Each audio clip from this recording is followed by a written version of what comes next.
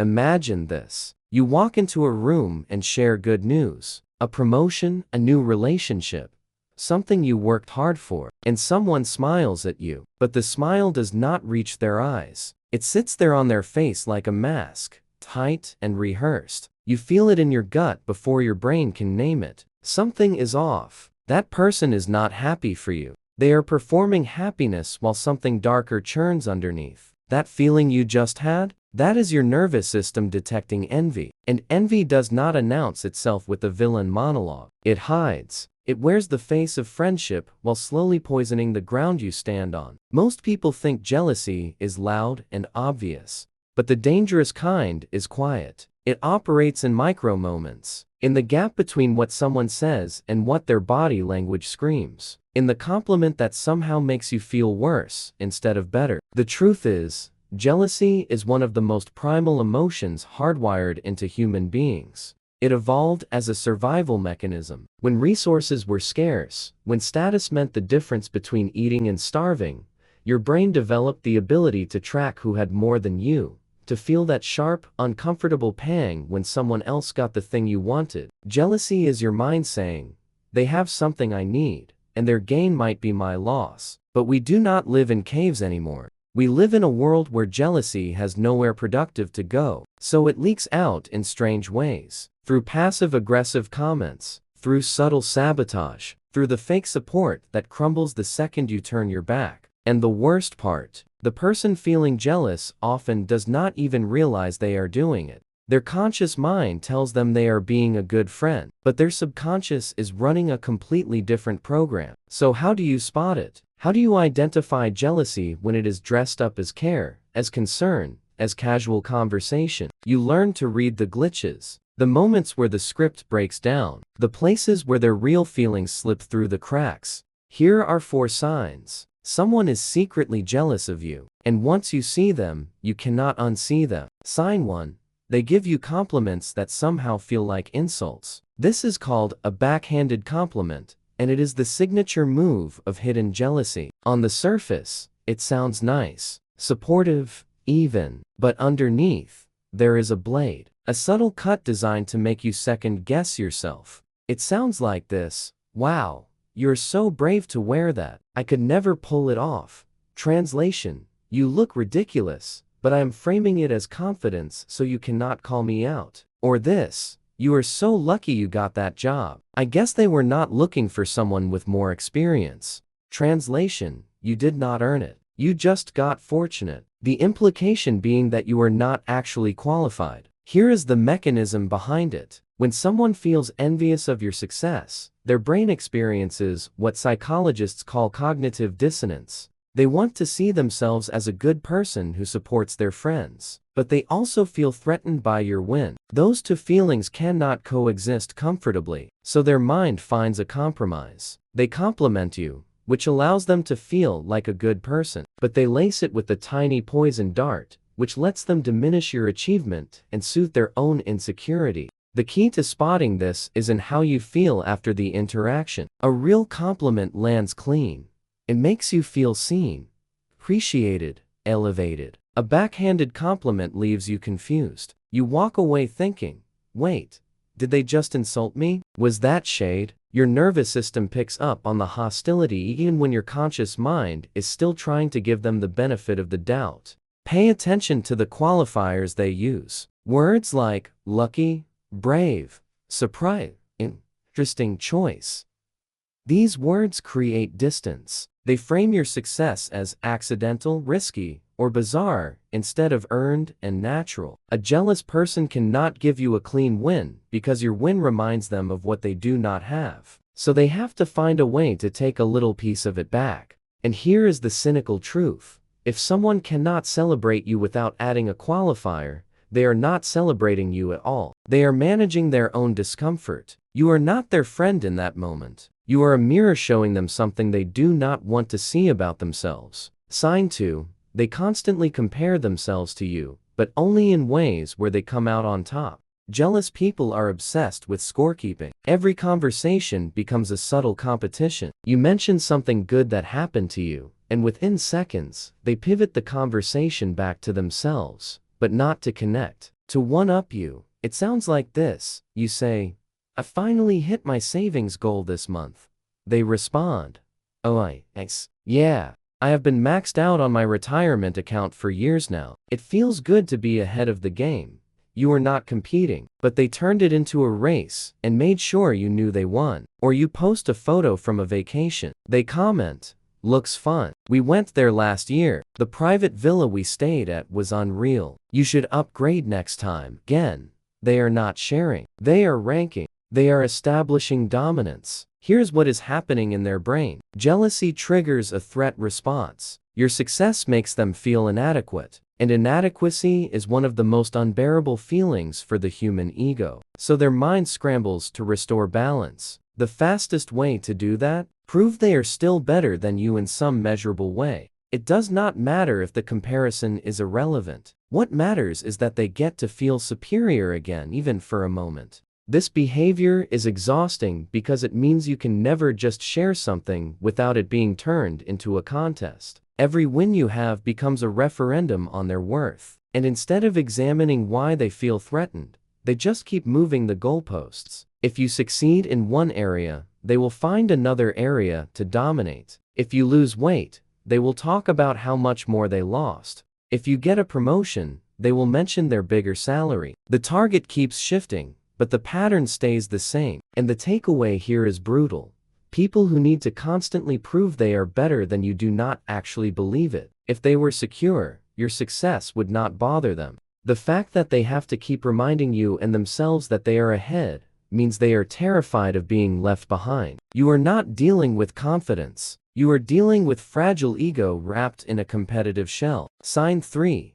They are weirdly unsupportive when you are going through something hard. This one is counterintuitive. You would think a jealous person would celebrate your failures and ignore your wins. But often, it works the opposite way. When you are struggling, they go quiet, distant, unavailable. But when you are winning, suddenly, they are very present, very interested, very eager to be involved. Why? Because your pain does not threaten them. Your pain actually makes them feel better about their own life. It is a relief. Proof that you are not perfect, that you are not ahead of them in every way. So they do not feel the need to engage. There is no discomfort to manage. But when you succeed, the threat is back. The jealousy kicks in, and they need to be close to it, to monitor it, to find a way to minimize it or attach themselves to it. It looks like this. You are going through a breakup, a job loss, a health scare. You reach out for support. They send a quick, "Sorry to hear that" text and disappear. But a month later, when you land a new opportunity or start dating someone amazing, suddenly, they are texting constantly,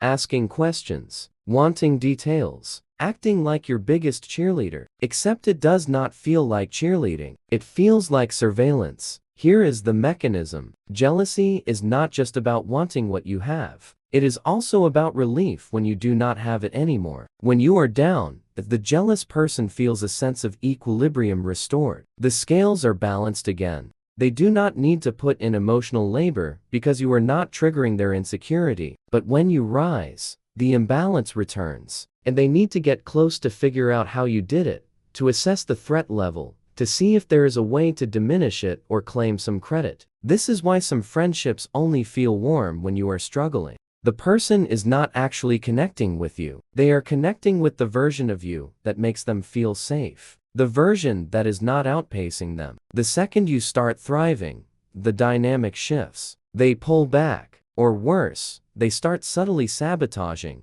planting seeds of doubt, reminding you of past failures, suggesting that maybe this new thing will not work out either. The takeaway: if someone is only there for your lows and absent for your highs, they are not your friend. They are emotionally feeding off your struggles. Real support does not vanish when you start winning. It gets louder. Sign 4. They mimic you, but with the twist that implies they are doing it better. Jealousy often manifests as imitation. The person starts copying your style, your ideas, your goals. But they do not copy you to honor you. They copy you to replace you, to prove they can do what you do, but better, to take the thing that made you unique and claim it as their own, with upgrades. You start a side business. 2 weeks later, They announce they are starting the same type of business, but with the feature yours does not have. You get a new haircut. Suddenly, they book the same stylist, but ask for a more modern version. You share a book that changed your life.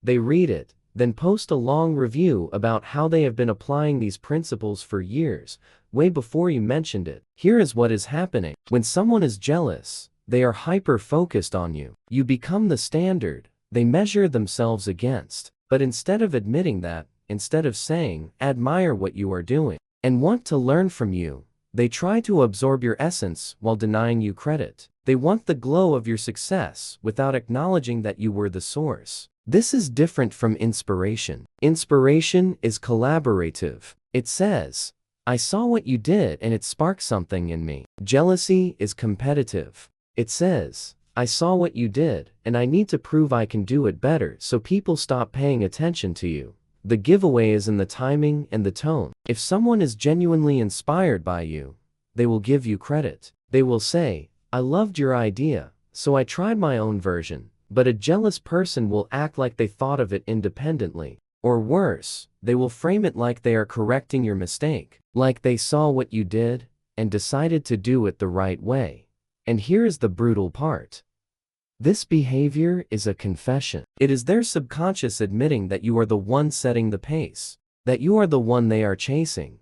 But instead of dealing with that feeling, they try to overtake you and pretend they were always in the lead. First, understand this. Their jealousy is not your responsibility. You did not create it by succeeding. You did not cause it by being yourself. Jealousy is a mirror. It reflects what the other person feels they lack. And no amount of shrinking yourself will fix their inner void. If you dim your light to make them comfortable, they will not suddenly become secure. They will just find someone else to envy. Second, stop trying to prove you deserve your success to people who are determined to see it as luck. You do not owe anyone an explanation for your wins. The right people will not need convincing. They will see your effort. They will celebrate your growth. The people who need you to justify your achievements are not looking for truth. They are looking for cracks, for reasons to dismiss what you have built. Do not give them that power. Third, create distance when necessary. Not every relationship is worth saving. Some people are only in your life because of proximity,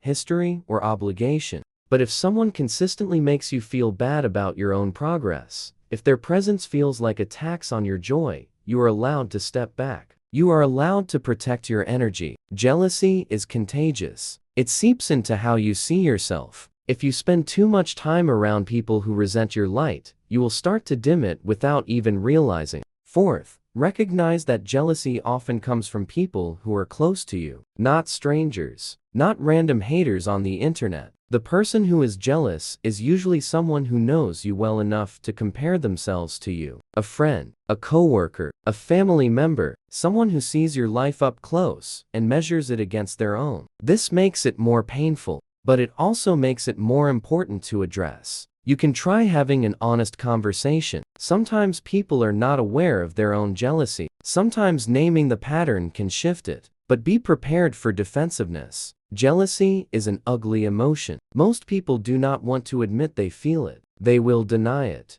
deflect, gaslight you into thinking you are imagining things. If that happens, you have your answer. The relationship is not safe. Fifth, do not let jealousy make you smaller. This is the most important part. When you sense that someone resents your success, the instinct is to hide it, to stop sharing, to downplay your achievements, to apologize for taking up space. Do not do that. The world does not need more people pretending to be less than they are. It needs people who own their growth and inspire others to do the same. Jealousy is uncomfortable, but it is also information. It tells you who is really in your corner. It reveals which relationships are built on mutual support and which ones are built on you staying beneath a certain level. Use that information. Surround yourself with people who are not intimidated by your potential. People who cheer louder when you win. People who see your success as proof that they can succeed too, not as evidence that they are falling behind. And here is the final, cynical truth. Some people will never be happy for you, not because you did anything wrong, but because your existence reminds them of the gap between who they are and who they wish they were. You cannot close that gap for them. You cannot make them feel better by achieving less. All you can do is keep growing, keep building, keep shining, and trust that the right people will find their way to your light, not to dim it, but to reflect it back. Jealousy is a human emotion. Everyone feels it, sometimes. But how someone handles that feeling tells you everything you need to know about their character. The mature response is to feel the envy, acknowledge it, and use it as fuel to work on yourself. The immature response is to tear down the person who triggered it, to make them doubt themselves, to steal their joy, so you can feel better about your own lack. Pay attention to how people respond to your wins, not just with their words, but with their energy, with their consistency, with the way they show up when things are good and when things are hard. Real people stay, jealous people perform, and once you learn to tell the difference, you stop wasting time trying to convince performers to be real. You just find your real ones and build with them instead. Because at the end of the day, you are not here to manage other people's insecurities. You are here to live your life fully, to grow without apology, to take up space without shrinking. And if that makes someone uncomfortable, that is data, not a reason to stop, just a sign that you are outgrowing a chapter. And some people are not meant to come with you into the next one. So when you spot the signs, when you feel that off energy, when you realize someone is secretly jealous, do not spiral. Do not internalize it, just note it, adjust accordingly, protect your peace, and keep moving. Your job is not to make everyone comfortable with your growth. Your job is to grow.